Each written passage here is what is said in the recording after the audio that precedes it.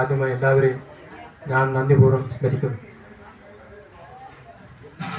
നമ്മുടെ ഈ ക്ഷേത്രത്തിൻ്റെ പുനർനിർമ്മാണത്തിൻ്റെ കാര്യങ്ങളെപ്പറ്റി അതിൻ്റെ മുൻപ് സംസാരിച്ചവരെ ഏകദേശം സംസാരിച്ചിട്ടുണ്ട്. എന്നാലും ചില കാര്യങ്ങൾ വ്യക്തമാക്കാൻ ഉദ്ദേശിക്കുന്നു.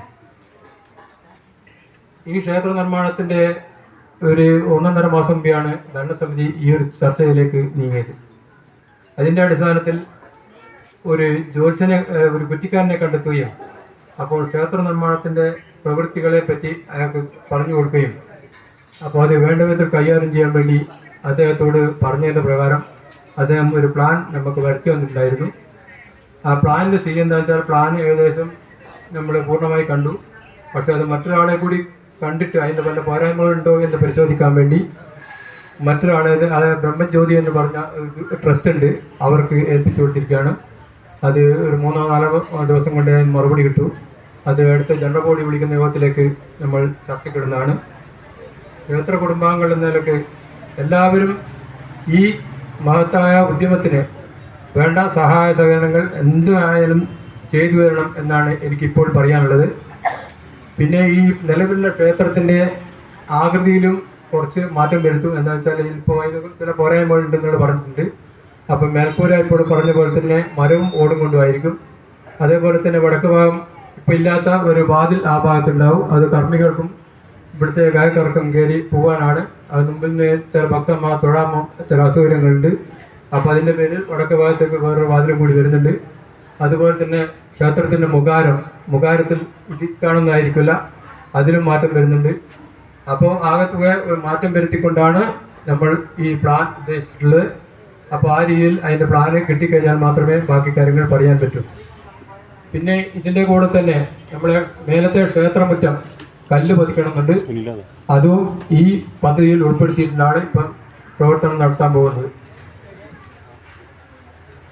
അപ്പോൾ ഇതിന് ഏകദേശം ഒരു എസ്റ്റിമേറ്റ് എന്ന് പറഞ്ഞാൽ ഒരു 3000 കല്ല് വേണ്ടി വരുമെന്ന് പറഞ്ഞിട്ടുണ്ട്, ചെങ്കല്ല്. അതുപോലെ തന്നെ 500 കുവി മരം ഏതാണ് തീരുമാനിച്ചില്ല. സാധാ പിലാവ്, അയിനിപ്പിലാവ്, തേക്ക് ഇതൊക്കെയാണ് ഉദ്ദേശിച്ചത്. അപ്പോൾ ഏതാ പറ്റിയെന്ന് നോക്കിയിട്ട് അത് ഉപയോഗിക്കണം എന്നാണ് തീരുമാനിച്ചിട്ടുള്ളത്. അപ്പോൾ ഇത് കൂടാതെ ഇപ്പോൾ ഒരു താൽക്കാലിക കമ്മിറ്റി എന്നാൽ കൺവീനറാണെങ്കിൽ ഒരു ഖജാൻജിയായിട്ട് തിലകൻ ഉൾപ്പെടുന്ന ഒരു 15 കമ്മിറ്റിയാണ് ഇപ്പോൾ പ്രവർത്തനം നടത്തിക്കൊണ്ടിരിക്കുന്നത്. അപ്പോൾ ഈ അടുത്ത് തന്നെ ഒരു ജ്യോത്സ്യനെ കണ്ട് വല്ല പ്രശ്നങ്ങൾക്കും വേറെ വിഘാതങ്ങളുണ്ടോ എന്നുള്ളത് ഒന്നുകൂടി പഠിക്കുന്നുണ്ട്. അത് കഴിഞ്ഞിട്ട് ഈ ക്ഷേത്ര നിർമ്മാണം അടുത്ത ഉത്സവം കഴിഞ്ഞതിന് ശേഷം, അതായത് മാർച്ച് മാസത്തോടെ പുനരാരംഭിക്കണം എന്നാണ് തീരുമാനിച്ചിട്ടുള്ളത്. അപ്പോൾ കാരണം ഇനിയിപ്പോൾ ധനുപ്പത്ത് വരുന്നുണ്ട്, അതിൻ്റെ മുന്നിൽ തറ ഉത്സവം വരുന്നുണ്ട്. അപ്പോൾ അതെല്ലാം മുന്നിൽ കണ്ടുകൊണ്ട് അതിൻ്റെ അപ്പുറം അപ്പോൾ അതിന് മുമ്പേയുള്ള 3-4 മാസം നമുക്കുണ്ട്. അതിൽ ധനസമാഹരണം നടത്തിക്കൊണ്ട് നമുക്ക് ഈ പരിപാടിയായിട്ട് മുന്നോട്ട് പോകണമെന്നുണ്ട്. അതുപോലെ തന്നെ നമ്മുടെ ഇപ്പോൾ നിലവിൽ ഒരു കുറി കഴിഞ്ഞിട്ടുണ്ട്. അതുകൂടാതെ ഒരു വികസന നിധിയുടെ കുറി നടന്നുകൊണ്ടിരിക്കുന്നുണ്ട്, അത് കാലാവധി ആയിട്ടില്ല. അപ്പോൾ ഇതെല്ലാം മുന്നിൽ കണ്ടുകൊണ്ട് അടുത്ത വർഷത്തേക്ക് നമ്മൾ പണി പുനരാരംഭിക്കണമെന്നുണ്ട്. അതിനുള്ള എല്ലാ സഹായ സഹകരണങ്ങളും കുടുംബാംഗങ്ങളുടെ നിശ്ചയമായ എല്ലാ സഹകരണവും ഉണ്ടാവണം എന്നാണ് എനിക്കിപ്പോൾ പറയാനുള്ളത്. അപ്പോൾ 3000 ചെങ്കല്ല് എന്ന് പറഞ്ഞ് ഒരു കല്ലിന് 60 രൂപ വെച്ചാണ് നമ്മൾ ഇവിടെ തീരുമാനിച്ചിട്ടുള്ളത്. അതുപോലെ മരത്തിന് ഒരു കുബിക്ക് 2500 രൂപയും കണക്കാക്കിയിട്ടുണ്ട്. അപ്പോൾ സാമ്പത്തിക സഹായങ്ങൾ പിന്നെ സാധനങ്ങളായിട്ടും സംഖ്യയായിട്ടും പിന്നെ കുടുംബാംഗങ്ങളിൽ നിന്ന് ഞങ്ങൾ പ്രതീക്ഷിക്കുന്നുണ്ട്.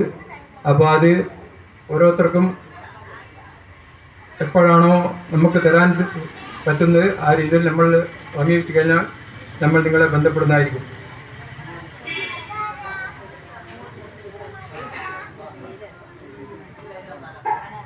പിന്നെ കാര്യമായി ഇത്ര മാത്രമേ പറയാനുള്ളൂ. ബാക്കി കാര്യങ്ങൾ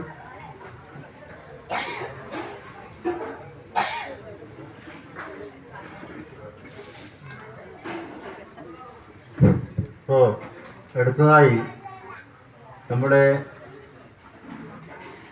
ഈ യോഗത്തിൽ മുഖ്യ പ്രഭാഷണം നടത്തുന്നതിന് വേണ്ടി നമ്മുടെ ബഹുമാനപ്പെട്ട അന്നപൂർണ ടീച്ചറെ ക്ഷണിക്കുന്നു.